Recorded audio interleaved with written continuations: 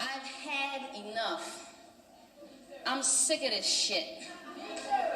I'm sick of seeing and touching both sides of things. I'm sick of being the damn bridge for everybody.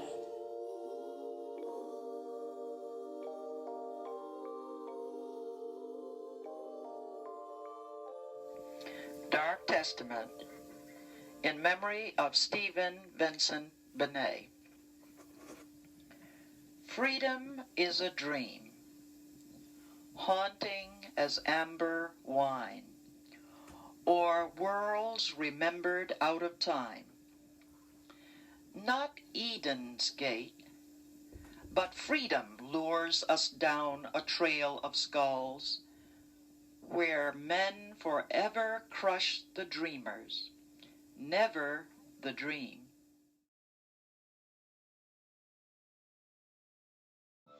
Society must also acknowledge the responsibility long assumed by black women who have been loyal to employers, who have run other homes and raised other children while caring for families of their own.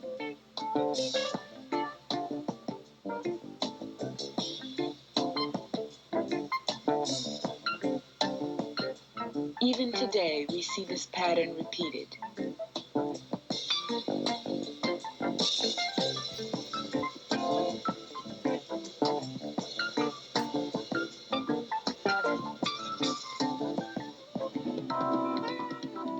They don't look down on the fact that you're black. That's just all part of the program. I keep you thinking that you cannot do this job, therefore you don't try to do this job.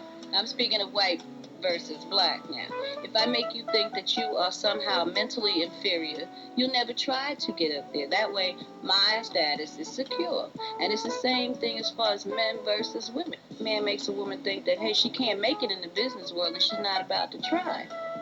Every black woman has felt some part of the feminist movement. When it first came out, it was a joke. People burning bras. But I think the older you get, you realize that there are some problems being a woman.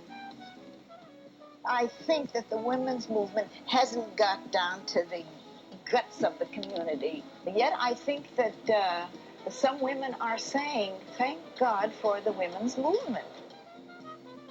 I think the black women are kind of reluctant to have a white woman come and tell her, well, listen, let's get involved and let's do this. She's more apt to do it if it is a black woman, because she knows that this black woman has the same problems that she has, that nothing was given to her. She's earned it. I think there are a few women who have a few ideals that they want to impose on others, and they forget that we're all individuals, and that maybe life hasn't hit us with the same blows that has hit them.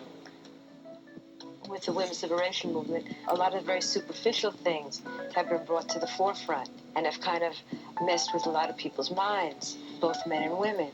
Whereas, as far as I'm concerned, a lot of the more important things in terms of women being treated really as human beings, really as capable, competent people when it comes down to their jobs, their work, their attitudes, their lives, that's all, in my feeling, hasn't been emphasized that much.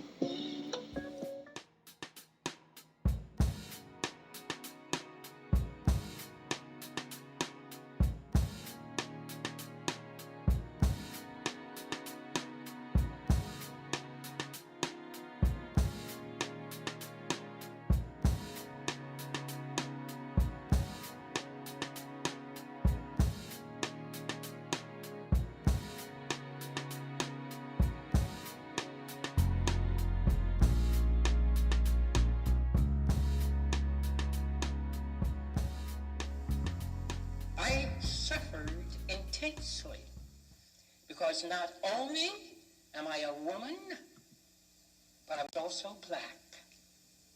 A bearer of a double jeopardy, if you will. And at times not recognizing or realizing whether you are being discriminated against because of the amount of pigmentation in your skin or because of your agenda. But nevertheless, I was determined that I wanted to be a part of this change that was just arriving on the American scene. Because there are individuals in our society who just watch what happens all the time, those who make things happen, and those who just wondered what happened.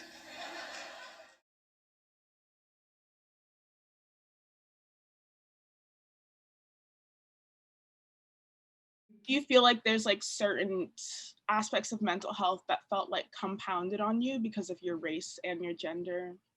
Yes, of course. Of course. Yeah. So let's talk about it. Okay. So I feel like in my home, my personal home growing up, um, I feel like there was the stigma of, mental health and getting mental health treatment. Like it was very stigmatized in, the Black community and family. But the thing about it is that in my family, there were several folks who suffered from mental health issues, you know what I mean? And so I think that even though it was definitely stigmatized, it was something that was very much so a real part of my own experience, and growing up like with my family, my own stuff. And so I think that um, while there was the part that was like, oh, I feel like from the church, there was a messaging of like, oh, as a Christian, you should be able to pray things away and trust in God. And if you have the faith, you'll be fine. So there was that kind of like trying to like erase kind of mental health issues by kind of uplifting religion and spirituality as a way to kind of like deal with any mental health issues. There was that. There was also the like, even though there was mental health things going on, there was kind of like a hush about it. You know what I mean? Like there was like a kind of like a whisper, like, okay, like we know that person deals with that a little, but we don't talk about it. Or we know that this person deals with that, but we don't talk about that. It's almost like this like thing that you kind of keep secret. And I also feel like there was, for me personally, like the whole entire thing about being Black and a woman and Black and a girl, there was still this pressure I felt from a very young age to hold it all together. Like, and I think that turns into the strong Black woman, stereotype and image that we have within society.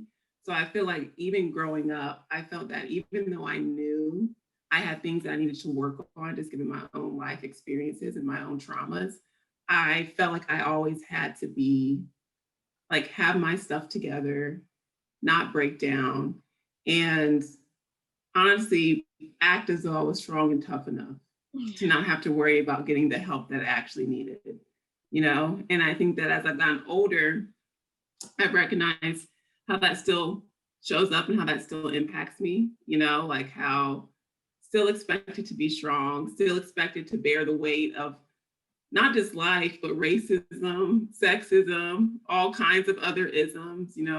I'm still, I'm getting my PhD now, but there's still this whole entire, as a Black person and a Black woman within, like, that's going up in academia, the already assumed stereotypes of like intellectual inferiority. I remember going through that in grade school and college. And one time when I was in college, so I remember one of my professors told me that I did not write she gave me a bad grade because she said there was no way I could have written my paper. No way. And meanwhile, I did write my paper. Yeah. It took a long time to write my paper. But she was convinced that I couldn't have written it and I couldn't do anything about that because she was the chair of the department. So, I feel like there are a lot of these things that kind of take their toll. But as a Black person and a Black woman, I'm just expected to continue rising to the occasion, to continue showing up, to continue performing well.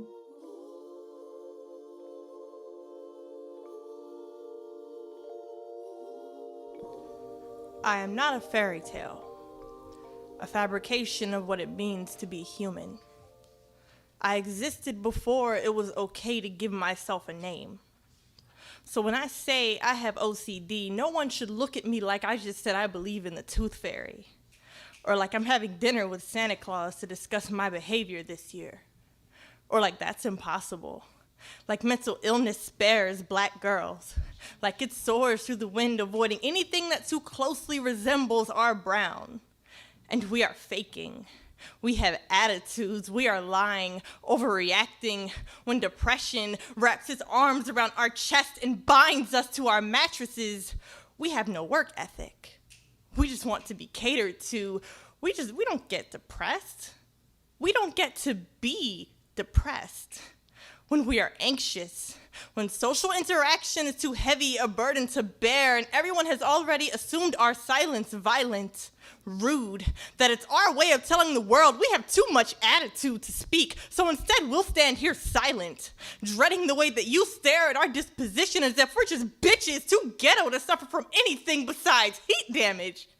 Our peers will tell us to toughen up, as if we can remove our brains from our skulls and erect the fence to keep the dogs out, as if the bipolar disorder can be intimidated out of us, be neck-rolled, bubblegum popped, and eye rolled out of existence, as if I can cornrow and Senegalese twist these compulsions away, as if the number one preventer for PTSD is somehow us, merely keeping our edges laid, as if mental illness is as racist as the only people allowed to have them. My melanin didn't get the memo, because when I did the research for this poem, none of the suffering victims look like me.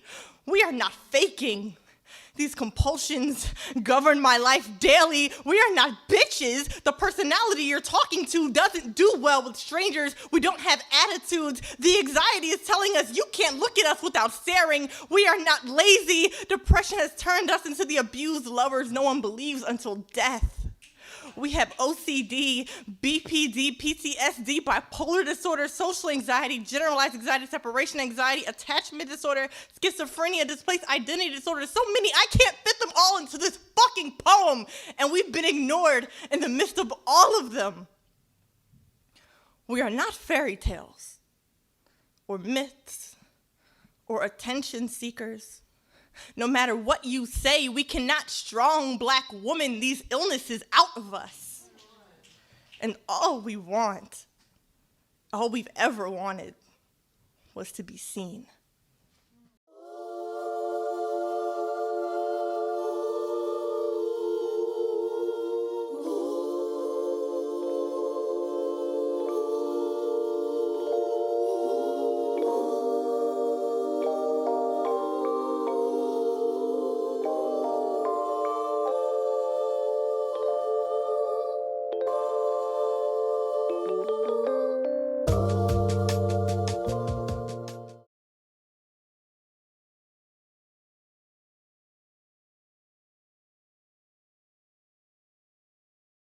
Now on Tyra. I think light-skinned women are better than dark-skinned women. It's the question we dare to ask. Are light-skinned black people favored above darker-skinned brothers and sisters? How was it growing up with a sister that was so light? She just got so many things. When is somebody gonna tell me I'm pretty? I don't have big lips, big nose, nappy hair. You're serious? I feel sorry for you. But I know that I look better than you. I still feel the way I feel, Tyra. Do you understand? That's not something to be proud of. Now on Tyra. Check out this bag. Now, for many people, this paper bag doesn't mean much, maybe something to carry your lunch in. But for others, it represents so much more. Something dangerous that goes on inside and outside the black community. Now, in the early 1900s, if you saw a bag like this that was outside of a gathering, placed outside of a gathering, it meant that you could only come in if your black skin was lighter than the color of this paper bag. And this is true. In fact, we compare my skin. We did this backstage. I was like, means I would not have been allowed in that party. And this kind of behavior still persists today because just a few months ago, a Detroit club promoter attempted to throw what he called the light-skinned Libra birthday bash. And it was a party where he planned to let light-skinned black women in for free, where darker-skinned black women would have had to pay. The night was canceled after an outpouring of nationwide protests. And get this, he was a black club promoter. So why do some people inside the black community ostracize each other for things that we usually hear from people on the outside? And are light-skinned black people favored above darker-skinned brothers and sisters? Some people say that this is a debate that should not be out in the open, that it should stay in the shadows, that we shouldn't be airing our dirty laundry as Black people to the world, that it's a private matter, but it's a debate that must be brought into the spotlight. I think I somewhat resented you and Daddy.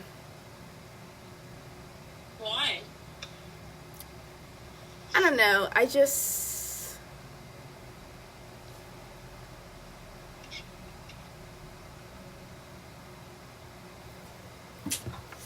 don't know.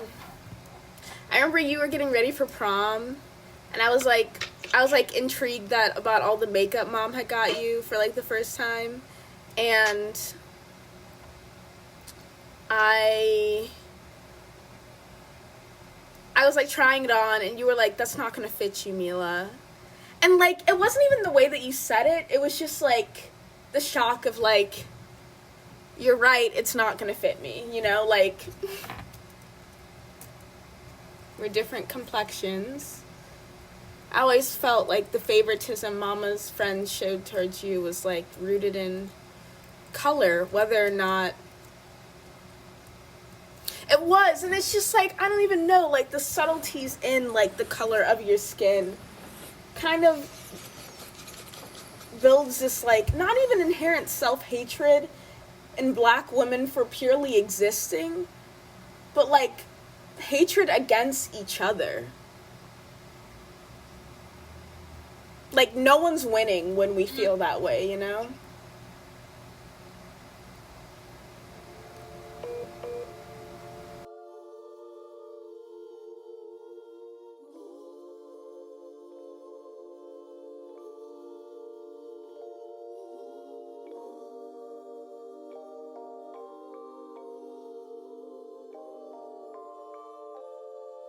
I wouldn't trade you for all the ginger and the honey in the world. It's like drinking lemon tea on dark nights. I wouldn't trade you for all the ginger and the honey in the world. You took my soul, soulless to soulful, I am full. With no ginger and honey, no meek and might, just love and light. I wouldn't trade you for all the ginger and the honey in the world. If a meandering river always finds its way to the sea, then I see you. I see you and me at the head of the Nile. Soft sands and gentle nights, I am blessed, even without my lovely ginger and sultry honey, only hungry for your erudite sight. I wouldn't trade you for all the ginger and the honey in the world. Sister, not even Turkey's finest sugared ginger and sweetest honey could keep me away from you. You stole my heart in the womb, Mama's womb, her scars becoming your scars, becoming my scars, our scars. I fell in love in the womb with womanhood while watching egg cells divide and find life, renewing old scars, building new ones, together. So, believe me, I wouldn't trade you for all the ginger and the honey in the world. Sister, our hearts joined into one deep, red, crude love. So gentle love, my heart is full. Ginger, honey, tender with you. Looking back, you know, as like a college senior, I'm like, okay, I'm looking back at like my childhood and I'm like, what would I have like done differently? And like in the context of mental health, I wish I had like spoken up or like advocated for myself. Yeah. Or like not even like advocated, but like believed that how I was feeling, like those like physical alterations you're like mentioning when it comes to like racial trauma. I wish I'd like really wrestled with them and like believed myself, because a lot of what I was speaking to like my peers was like an echo chamber. They're like, yeah, you're just crazy, Miela. But obviously I wasn't. 1 + 1 = 3. Because today I chose to be one, Black. I picked out my afro real high and watched my melanin dazzle in the summer light. Genderless, amorphous, I was Black, pure ebony, unexplained, remarkable darkness. Mother said tomorrow I gotta be a woman. +1. Nana said I gotta look real pretty for the Sunday school pageant. I'll wear the pink shoes and silver ribbons. I'll press the kinks out of my nappy hair. I'll be a real good, respectable woman. Smiling, dazzling, sweet, quiet queen. 16th birthday, today I am. 3, the black woman with gender and race. 3, the tax for being American, the weight of the black femme body, the timer set for death, the grave already dug, Jane Crow lurking behind every corner, doors locked, silenced,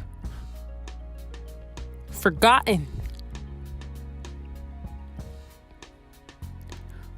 1 + 1 = 3 in America. I am a tri-being severed into black, femme, and the bloodied wounds of the ancestors. One knows better not to speak. One knows not to be seen. 1 + 1 = 3.